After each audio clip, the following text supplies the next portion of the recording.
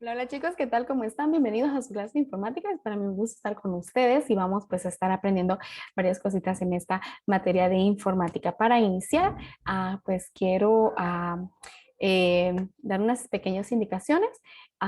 Los días miércoles va a estar apareciendo lo que es la clase de que es presencial el día lunes, perdón. Y va a estar apareciendo el día miércoles también junto con sus prácticas cuando son prácticas, que es su tarea. Y pues el día miércoles ustedes pueden trabajar en eso también. Entonces, listos ahí con su cuadernito, su estuche, por favor, tenerlos a su cuaderno muy bien identificado, muy bien ordenado. Sus temas, por favor, pueden resaltarlos con marcador o colores, lo que sea, para que pueda ayudarles a su estudio y también a la hora de revisar su cuaderno yo pueda ver bien sus temas y qué es lo que hemos estado trabajando. Ok, vamos a iniciar en palabras de oración, cerraditos sus ojitos y vamos a orar. Señor Jesús, gracias le damos nuevamente por este día, Señor. Gracias porque tú has sido bueno con nosotros. Le pedimos que nos dé de su sabiduría para poder aprender. Gracias, oh Señor, por que nos da la oportunidad de seguir aprendiendo, Señor. Guárdanos de todo peligro. Ayúdanos a seguir creciendo cada día. En el nombre de Jesús, amén. Ok, chicos, entonces vamos a ver varias cosas, iniciando la unidad número 1. Quizás va a ser como un poquito de temas de retroalimentación, pero vamos a estar ya en la materia, entonces prácticamente son temas de introducción a la materia. Entonces, número 1, ahí en una hojita aparte, puede tomarse usted la libertad de pues decorar su unidad y dejarlo muy bonito y ya luego a seguir con la clase. Entonces, unidad número 1, naturaleza de las TICs y elaboración de proyectos, ¿ok? Esa sería la unidad número 1, ¿ok? Y vamos a ir con los conceptos que vamos a estar viendo para esta clase y vamos a ver pues los elementos básicos de una computadora y elementos del hardware. Con eso también vamos a ver un poco de la clasificación de las computadoras, cómo están clasificadas y los dispositivos de cada una de ellas. Entonces, vamos a ver varios conceptos y pues escribir ahí en su cuadernito lo que son los conceptos. Entonces, vamos a ver la clasificación de las computadoras. Tenemos 4 clasificaciones. En primer lugar, tenemos lo que son las macrocomputadoras, que pues cuando inició todo eso de las computadoras, se creía que a mayor tamaño, pues mayor eficiencia, pero en realidad, en la actualidad podemos ver que usted puede tener una computadora muy pequeña y puede ser mucho más eficiente que una de mayor tamaño. Entonces, las computadoras, las macrocomputadoras eran distinguidas porque eran las computadoras que eran demasiado grandes y mayormente estaban siendo usadas en las universidades, pues que donde había mayor flujo de datos.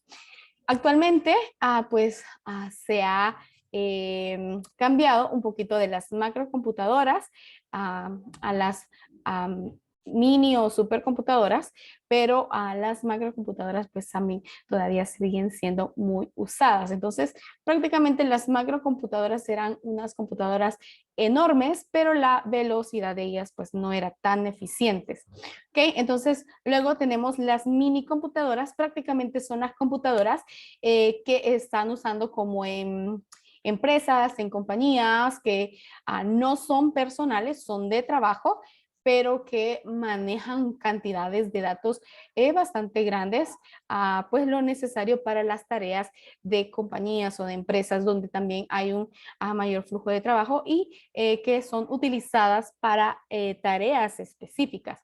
Tenemos las supercomputadoras, que las supercomputadoras son aquellas computadoras que están siendo utilizadas para manejar grandes flujos de datos y tienen una velocidad pues increíble al manejo de datos. Por ejemplo, imagínense ustedes a qué tipo de computadoras pudiera utilizar la compañía de Google, por ejemplo, donde manejan grandes cantidades de datos o compañías mucho más grandes también.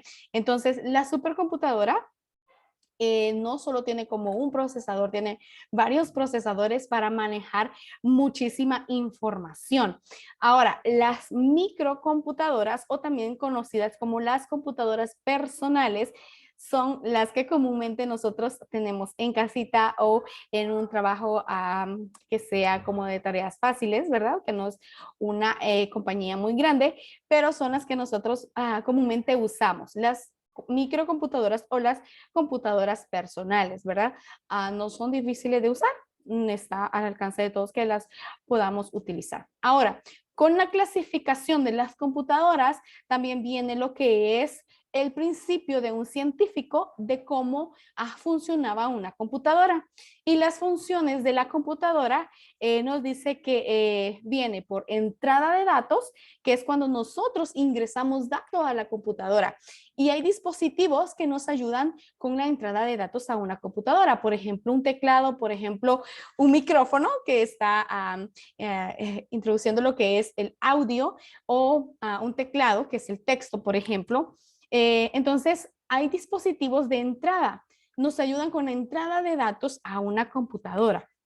¿Ok? Entonces, eso nos ayuda pues a entrar datos en la computadora. Ahora, hay dispositivos de procesamiento de datos y este pues sería el CPU, que es el que procesa todos los datos, ¿verdad? Dentro del CPU hay otros elementos que vamos a ver más adelante que nos ayudan con el proceso de los datos también, pero el CPU es el que da la instrucción a la computadora de cómo va a procesar los datos, ¿ok? Para que luego haya una salida de información.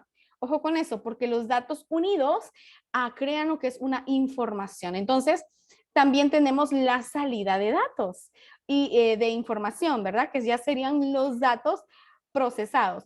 ¿Qué dispositivos pueden estar en salida de información? Por ejemplo, bocinas que podemos pues escuchar el audio o sus audífonos, también, también el monitor que estamos viendo lo que está pasando en la computadora, puede ser una pantalla, puede ser un proyector, son salida de información de la computadora. Una impresora es un ejemplo muy claro de la salida de información.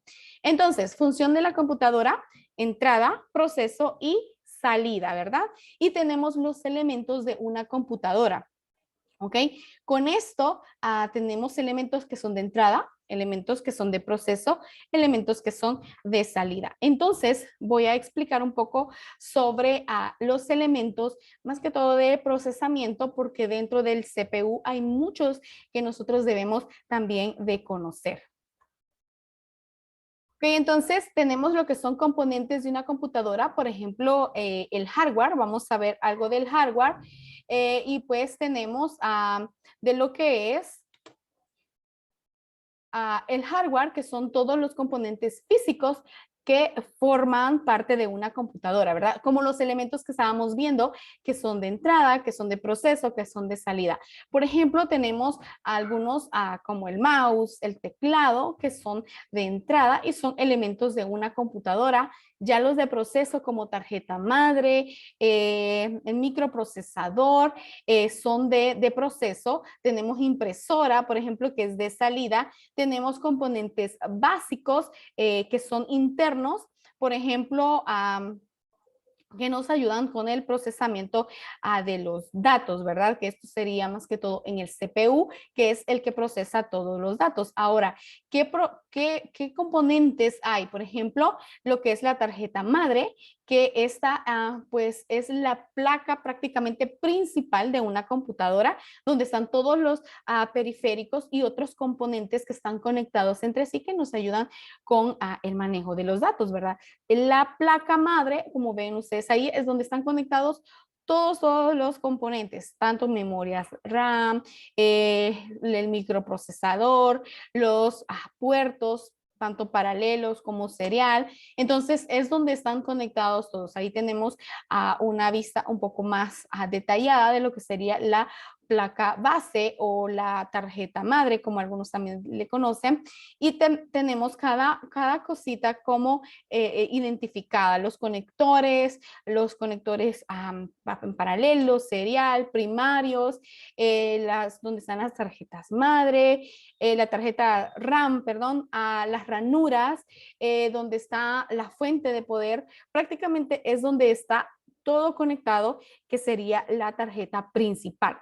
Eh, la fuente de poder, pues es la que ayuda con la energía a toda la placa base o tarjeta madre que la pueda recibir y distribuir la energía. ¿Okay? Entonces, tenemos otros componentes que están dentro de la tarjeta madre, que sería como, por ejemplo, un microprocesador, que es el que nos ayuda a procesar pues toda la información, ¿verdad? Que prácticamente está ubicado como en el centro de toda la placa base, que sería como el cerebro de nuestra computadora, ¿verdad? Entonces es el encargado pues de procesar todos los datos. Tenemos otras componentes como las memorias RAM y ROM. Recordemos que la memoria RAM no guarda datos permanentes, sino que solo temporales. Y pues la ROM sí es donde se almacenan datos permanentes, que prácticamente serían pues la información pues de la compañía o de la computadora que no podemos editar. Sería solo una información solo de lectura. Entonces, la memoria ROM es una memoria de lectura donde guarda permanentemente, ¿verdad? Donde, por ejemplo, están los datos del fabricante de la computadora. Ok, entonces tenemos ahí que sería pues la memoria RAM por sus siglas en inglés también. Entonces también podemos ver que la memoria RAM es la que nos ayuda con el manejo de los datos mientras estamos trabajando, o sea, temporalmente. No guarda datos permanentes. Si alguien, por ejemplo, está editando un archivo y no guardó la memoria RAM, no guarda el archivo, ¿verdad?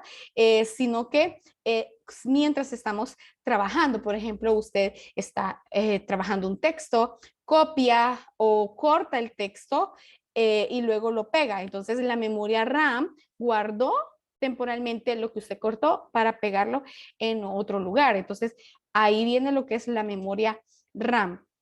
Entonces, así también tenemos, por ejemplo, las memorias en nuestra computadora. Hay computadoras que pueden tener más de dos memorias, pero comúnmente vienen dos ranuras que pueden obtener cada máquina. Actualmente hay variedad de memorias RAM y pues podemos poner las mejores, ¿verdad? Para que nuestra computadora pueda funcionar de lo mejor. Entonces ahí tenemos también lo que es un ejemplo de la memoria ROM, que es donde guarda los datos del fabricante, que es de solo lectura. Recordemos eso, la memoria ROM no guarda datos como la memoria RAM. Esta sería solo de lectura y es pues de forma permanente también. ¿Okay? Entonces ahí tenemos otros elementos, por ejemplo, bus, que es el cableado que nosotros tenemos prácticamente en nuestra computadora, pues están conectados todos los componentes entre sí. Tenemos otras placas también dentro del CPU que podría ser como las tarjetas gráficas que nos pues aceleran el trabajo en nuestras computadoras, o tarjetas de sonido o tarjetas de red también, o tarjetas de video.